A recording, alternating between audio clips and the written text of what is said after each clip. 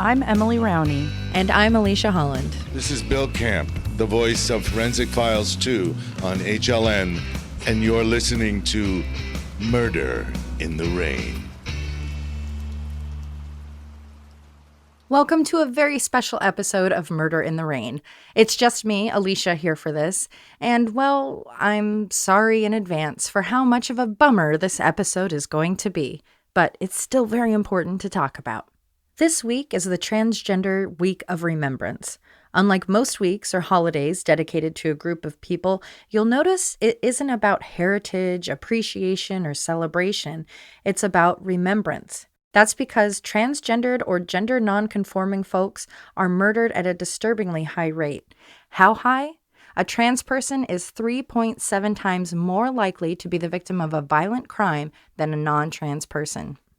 Last November, for our Patreon, I released a version of this episode about transgendered people and the high murder rates in that community. While I felt I was somewhat doing my part by using my platform for what was considered a progressive topic, it was still done in a cowardly way. I didn't release it as a long-form episode on our main stream. Instead, I made a shorter episode and posted it to our Patreon. I did that because this was November of 2019. While that was only a year ago, acceptance and expectations surrounding civil liberties in marginalized communities was still taboo to an extent. I was scared that in talking about transgendered folks, I would risk backlash towards our show. I would jeopardize Emily and Josh's careers by speaking out and speaking up. We might have gotten bad reviews or an angry email. So I hid it away for the smaller Patreon crowd, thinking that would be safe. But it's 2020, baby. Rules no longer apply, and fear has gone out the window. Additionally, if you take issue with people of all walks of life being talked about and supported as survivors and victims, then we don't want to be in your ears anyway. So, to the transgender community, I extend my deepest apology for putting my needs, fears, and concerns above yours. Because while I had fears for a silly little show, fear in the trans community is a fear for their lives. 2018 was a record year for murders of transgendered Americans. There were 28 reported murders, but experts feel the number then and subsequent years were probably quite a bit higher due to underreporting or misgendering, perhaps by the families of victims who referred to them as their birth gender and not what they identified as, or by the media mislabeling. But 2020 has sadly set another record. At the time of recording in mid-November, there have been 34 transgendered folks in America that have been murdered. Worldwide, 350, 22% of which were killed in their own homes. 34 might seem like a small number, but we're not talking about dollars. We're talking about lives. And for an already marginalized community with a lack of support on local and federal levels, that number is huge. Especially since just a few years ago, the number was a still too high but much smaller 23. According to the Human Rights Campaign, at least 84% of those victims were of color, 80% were women, and 75% under the age of 35. Young trans women of color are facing hate and violence at an epidemic level. This is unfortunately not a new phenomenon. However, documentation, especially accurate documentation, is hard to come by. While trans groups and gender reassignment surgeries started in the 1930s, it wasn't until Brandon Teena was raped and murdered in 1993 that the idea of a purposeful attack on a trans person was brought to the mainstream's attention. Brandon's murder was the inspiration for the film Boys Don't Cry. Going back to August 29th of 2001, we come to the case of Lonnie Kai, a case that was handled by and continues to be the one that got away for our very own friend of the show, Detective Murray Rao, who we spoke to on our Very Sharp Object episode. When I interviewed him for the Karina Roberts case, I inquired about this one. He said, "It's still an open case, and I've said everything there is to say about it." So what has been said about it? On that summer morning in Beaverton, Oregon, a jogger made a horrible discovery. In a field just off the road, the body of 28-year-old Lonnie Kai was found, her head beaten in. Only a few hours before her body was discovered, Lonnie was at a nearby 7-Eleven. After leaving the store and walking down the street, she spoke briefly to a few local police officers as they crossed paths. Fast forward a few hours and 9 miles. In that time and space, someone took it upon themselves to take the life of this young woman. Motive unknown, Detective Rao suspects the perpetrator may have engaged in conversation, or perhaps more, with Loney before learning of her trans status. As Detective Rao said to Fox 12 News, "No one deserves to have that happen to them, regardless of what their beliefs are." And he's right. So if you have any information about Loney Kai's murder in Beaverton, Oregon on August 29th, 2001, please call the Washington County Sheriff's Office at 503-846-2700.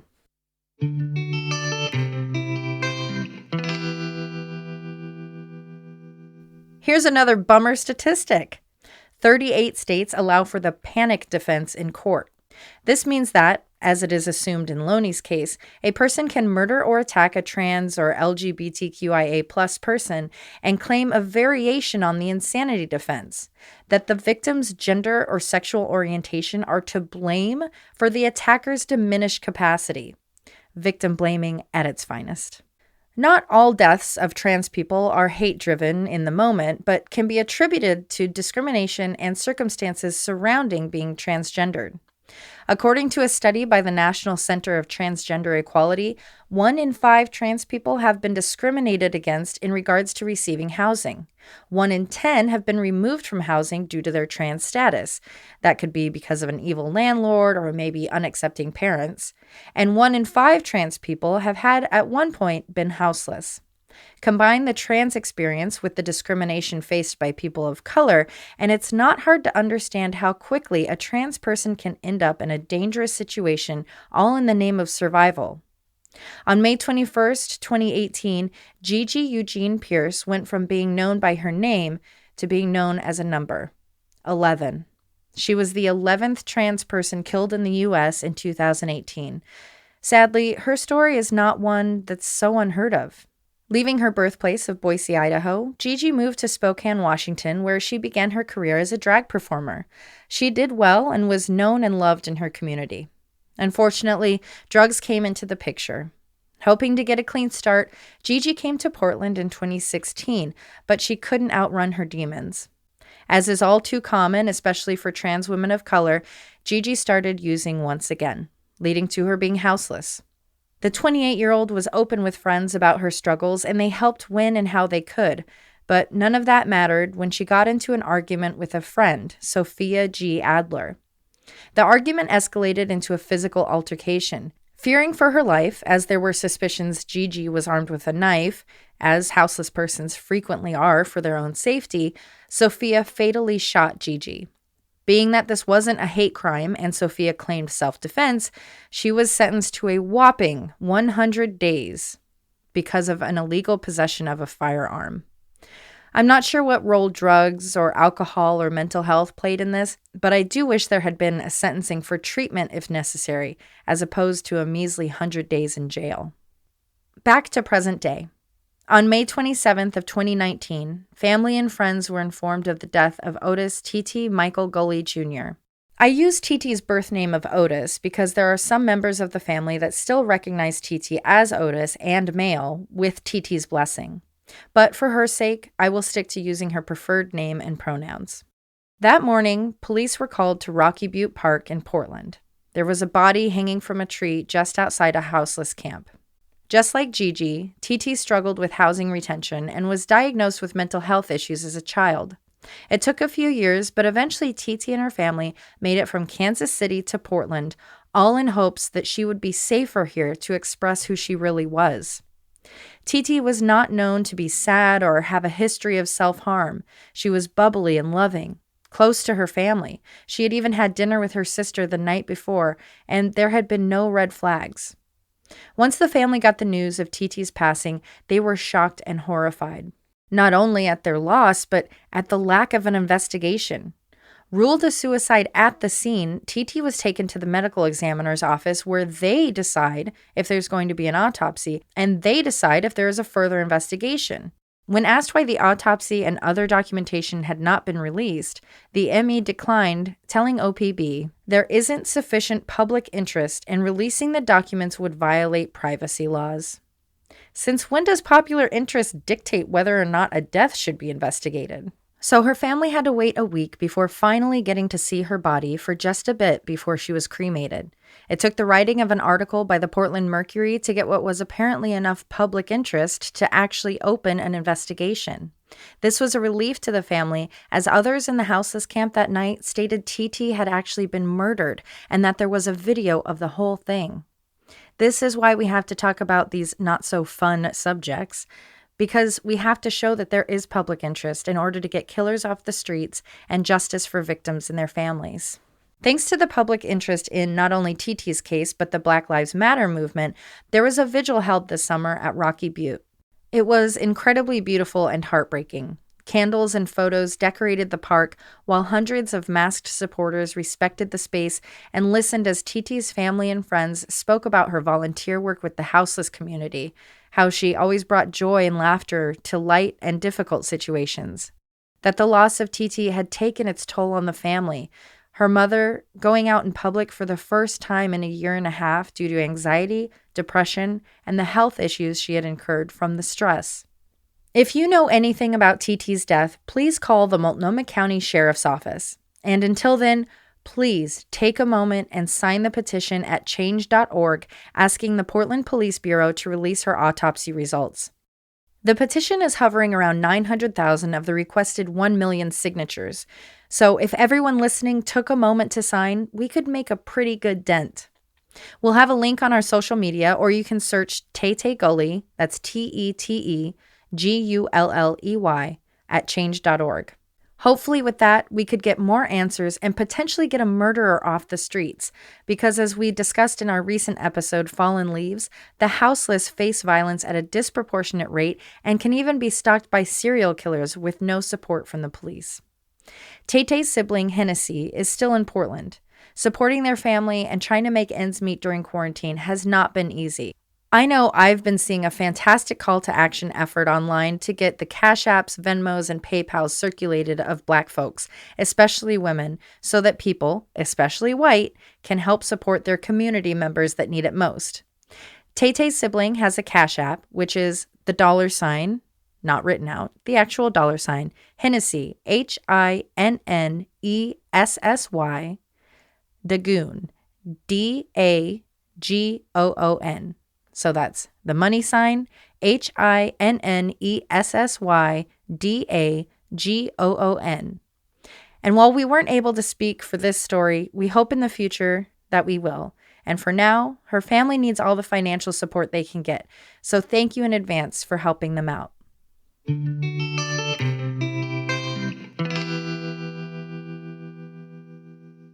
Finally, while looking up resources, I came across these stories thinking they were from Washington, which they are, except that it's Washington, D.C. Oh well, that doesn't matter. We're here to share these stories.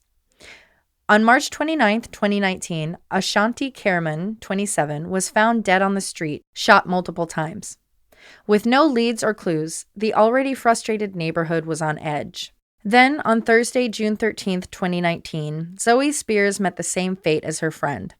As a professional sex worker, she was sitting in a van when a man, 33-year-old Gerardo Thomas of Baltimore, walked up behind the vehicle and fired a shotgun, killing Zoe, a mere 4 blocks away from where Ashanti had been murdered. There have been no arrests in Ashanti Carmen's murder, while Zoe's killer awaits trial.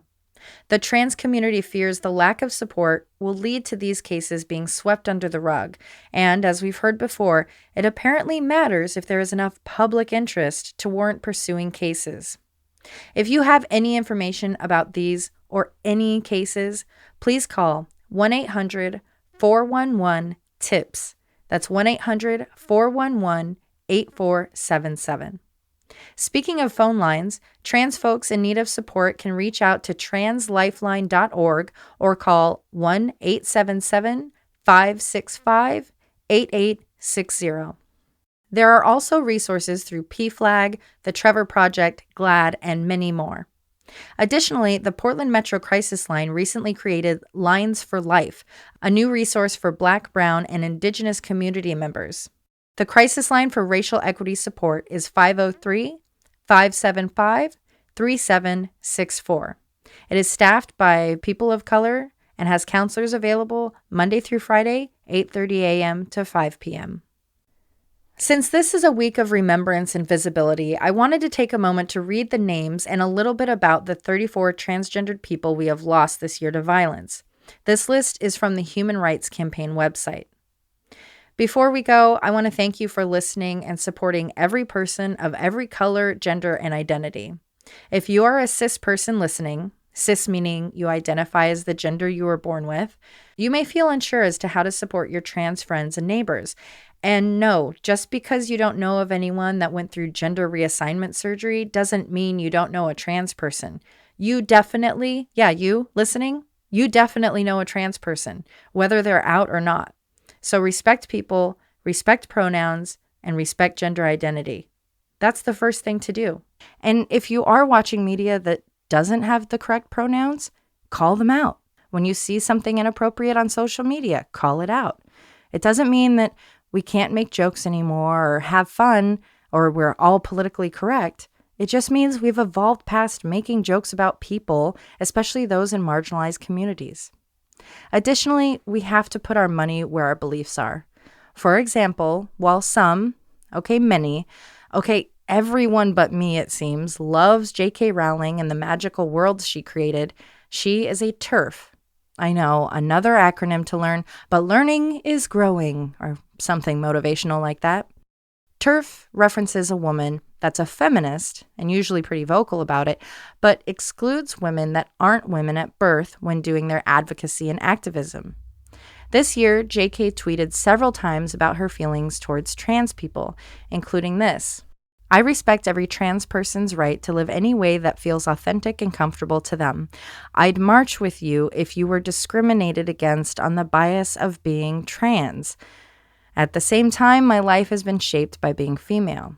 That was her response to people calling her out for implying that only women menstruate, when, if you are being an inclusive feminist, you know that persons of other genders can menstruate. Frustration has been building towards her because when her transphobic comments have been brought to her attention, she not only defends them, but usually responds with a similar ideal. Additionally, she's liked videos with transphobic language and followed the UK's Maya Forrester, a well-known transphobe. Using her pen name Robert Galbraith, ironic that she chose a man's name to write anti-trans characters, she wrote the book The Silkworm. Within it, she refers to a young trans character by saying that she is, quote, consistently objectifying and othering in ways that are very familiar from the ways transphobes describe and debate the validity of trans men and women's identities. While these comments might seem harmless or just confusing, it's important to recognize this as one of those moments for allies, especially, again, for white women. We can't always vote for people to be popular, so our dollars speak volumes. And to support someone when they imply that only persons that identify as a woman bleed discounts a trans person's identity and only perpetuates the invalidation that leads to unacceptance, joblessness, houselessness, potential drug use, and even death. Using your voice to create a character that doesn't provide representation but supports ideas like the panic defense needs to be called out.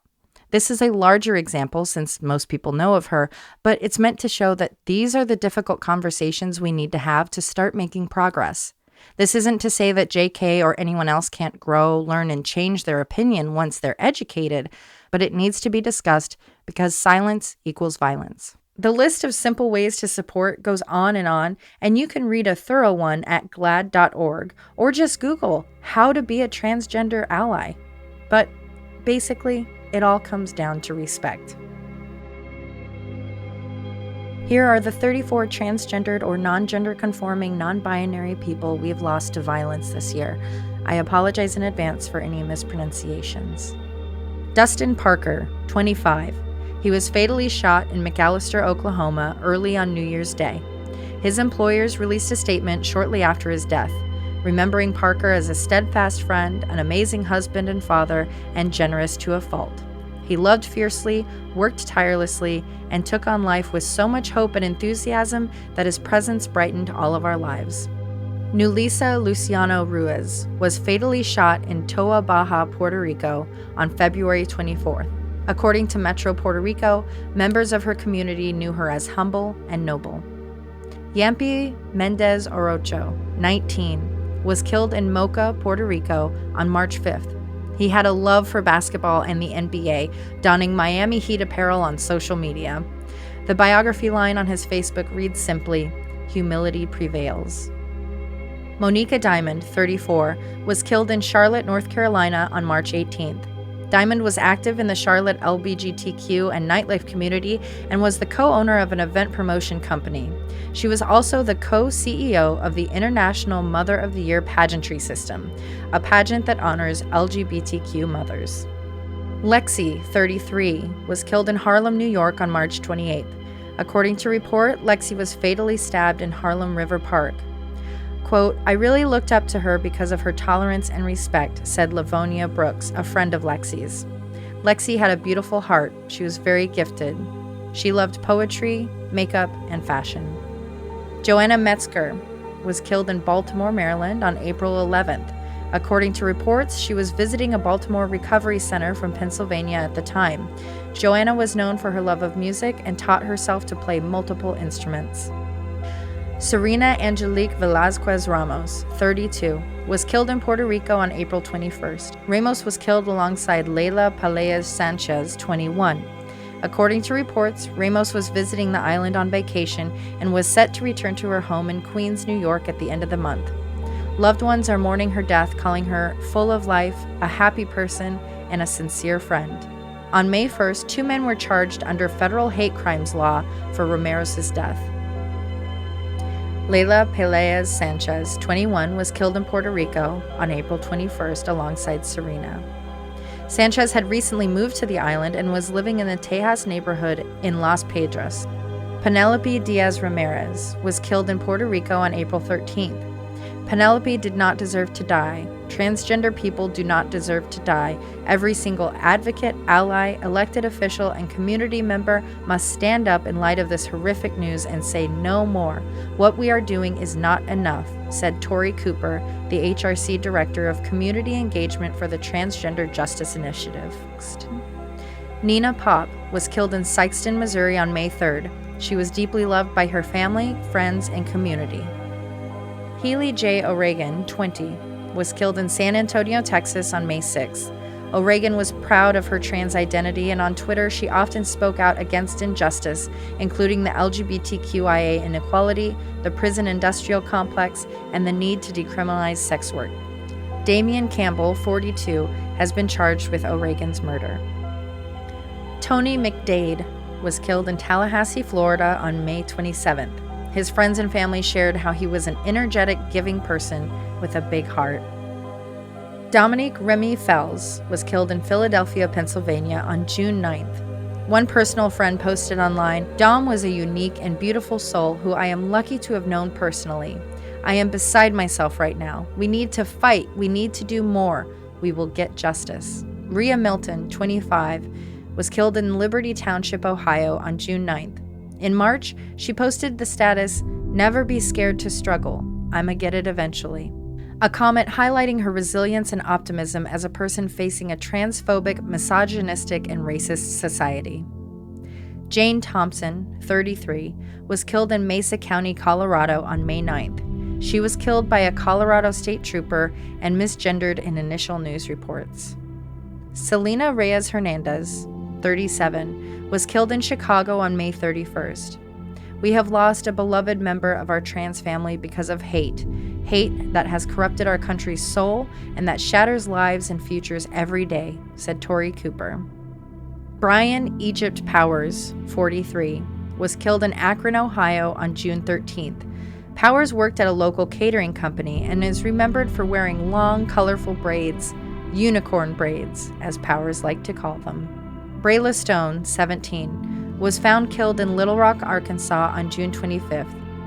Brayla Stone was a child just beginning to live her life, a child of trans experience, a black girl, a person who had hopes and dreams, plans, and a community, said the HRC Director of Community Engagement, Tori Cooper. On September 4th, a man was arrested on a murder charge in connection to her death. Mercy Mack, 22, was killed in Dallas, Texas on June 30th. Her loved ones shared how beautiful of a friend she was. On her social media, she had recently posted that she enjoyed baking and that she was looking forward to returning to work. On July 8th, a man was arrested on a murder charge in connection to her death. Shaki Peters, 32, was killed in Amite City, Louisiana on July 1st. In just 4 days, we have seen the deaths of at least 3 transgender and gender nonconforming people, including Shaki Peters. This horrific spike in violence against our community must be an urgent call to action for every single person in this nation, said Tori Cooper. Bree Black, 27, killed in Pompano Beach, Florida on July 3rd. Tori Cooper said, "These killings are being fueled by the deadly combination of racism and transphobia, and they must cease. We must come together as a community and demand justice for those who have been taken from us." Summer Taylor was killed in Seattle, Washington on July 4th. Taylor was participating in the Black Femme March in solidarity with Black Lives Matter and against police brutality. Taylor worked full-time at Urban Animal Veterinary Hospital. Marilyn Cazarez, killed in Brawley, California. Mindy Garcia, Marilyn's aunt, said she loved to sing and dance and never bothered anyone. Dior H. Ova, also known as Tiffany Harris, was killed in the Bronx in New York. According to her Facebook, Ova loved fashion, listing her career as a personal shopper and posting photos with luxury fashion brands that she loved. On August 13th, a man was arrested on a murder charge in connection to her death. Quaisha D. Hardy, 22, killed in Baton Rouge, Louisiana on July 27th. Hardy, a hairstylist, was extremely loved by her community. Friends and loved ones describe her as loyal, loving, always smiling, the life of all the parties, and truly one of a kind. Asia Raquel Rhone Spears, sometimes going by Rocky Rhone, was killed in Portland, Oregon on July 28th. According to Facebook, she studied at the University of Nevada, Las Vegas, and was the owner and founder of International Barbie, a Portland-based clothing brand. Key Sam was killed in Lafayette, Louisiana on August 12th.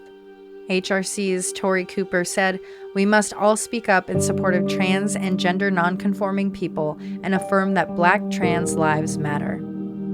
Erin Burnett was killed in Independence, Missouri on September 19th. Her friends and family shared, "If you wanted to have a good day, you need to smile.